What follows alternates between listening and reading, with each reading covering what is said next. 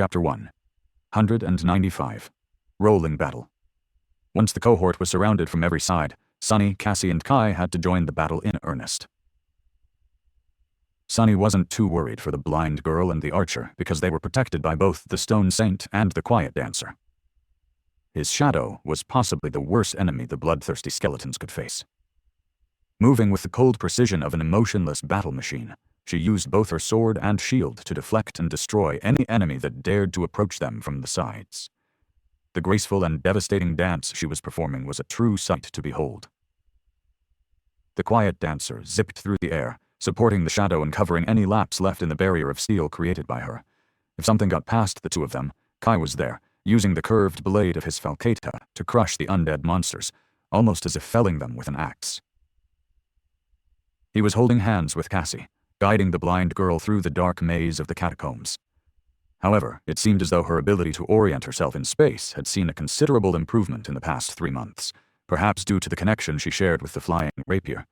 She was now able to move quickly, without using her wooden staff for support, at least. Looking at the two of them, Sunny grew somewhat sullen. Both Kai and Cassie were incredibly beautiful people. Holding hands, and surrounded by nothing but darkness and monsters, with the charming young man gripping an elegant sword, they looked like an image from a book cover. They looked perfect together. Sunny, on the other hand, well, at least he had his shadow to keep him company, and the ordinary rock. However, he didn't have a lot of time to wallow in self-pity, because his was the second most important role in this furious moving battle, holding the rear of the cohort all by himself. Let me show you what I'm capable of. As more and more skeletons rose from the ground and attacked the party from behind, Sunny had to really exert himself. At first, he only had to fight one undead monster at a time. Despite their tremendous speed and strength, the skeletal creatures were not that hard to defeat. They seemed almost mindless, always attacking in the most straightforward way possible. Of course, a less prepared person would have been torn apart by these fierce creatures a long time ago. But Sunny was not the same weak and inexperienced kid he had been 7 months ago. The harrowing trials of the Forgotten Shore, as well as his tenacious will and grim resolve, had turned him into a fearsome creature too.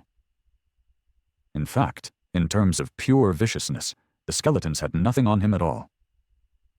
Wrapping the Midnight Shard into the shadow to slice through the tough bones of the undead monsters easier, Sunny employed every bit of battle prowess he had learned from his practice with the Stone Saint to destroy his enemies. Seamlessly weaving the firm and unassailable movements that he had learned from the taciturn stone creature into the flowing style taught to him by Nephis, he made short work of one skeleton after another. His blade sliced, slashed, and pierced through monster after monster, sending broken bones flying and cluttering to the ground. Of course, maintaining this state without falling behind the cohort was not easy. Sunny had never practiced fighting while on the run, especially not while moving backward. However, remembering Effie's words, he knew that being separated from the group and surrounded meant death, and thus made sure to never get too far away from his companions. At first, the situation was, if not easy, then at least within the scope of his capability. Sunny even thought that this was an excellent opportunity to put everything that he had learned in the past week to practice. Despite the fact that this battle was completely different from the way he had hunted monsters before, he was doing fine.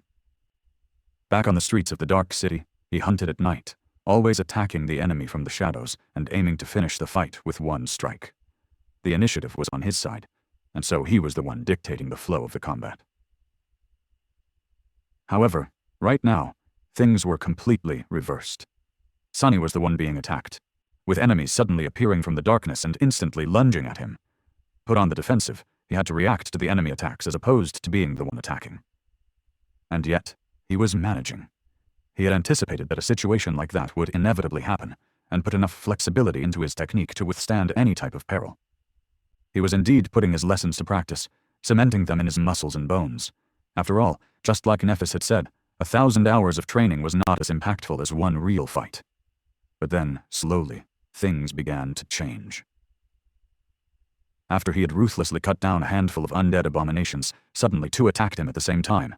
Sunny cursed and ducked to the side, narrowly avoiding having his head crushed by one of the skeletons. His sword blocked the vicious strike from the other one, and, being pushed back a couple of steps by the force of the impact, he struggled to keep his balance. Not letting the monsters continue their assault unobstructed, Sonny dashed forward and twisted his body. Kicking one creature in the chest, he used it to propel himself toward the other one, and put all that weight into a devastating downward slash. The skeleton crumbled into a pile of broken bones, and the edge of the midnight shard scraped against the stones, causing sparks to fly into the air. Knowing that his momentum was too strong to stop now, Sonny instead went with it, rolled over his shoulder, and got back to his feet just in time to meet the attack of the remaining monster, face to face. His sword cut a sharp arc, severing both arms of the skeleton. Sonny instantly sidestepped the undead creature and delivered a low horizontal slash, breaking its legs. Making sure that the monster wouldn't be standing up anytime soon by piercing its skull with the tip of the midnight shard, he hurried to catch up with the cohort. Briefly glancing at the rest of his companions, he made sure that they were not dead yet, and swiftly turned around, ready to face the next monster. Then his heart skipped a beat. Curses! 3 skeletons were rushing at him, menacing grins frozen on their skinless faces.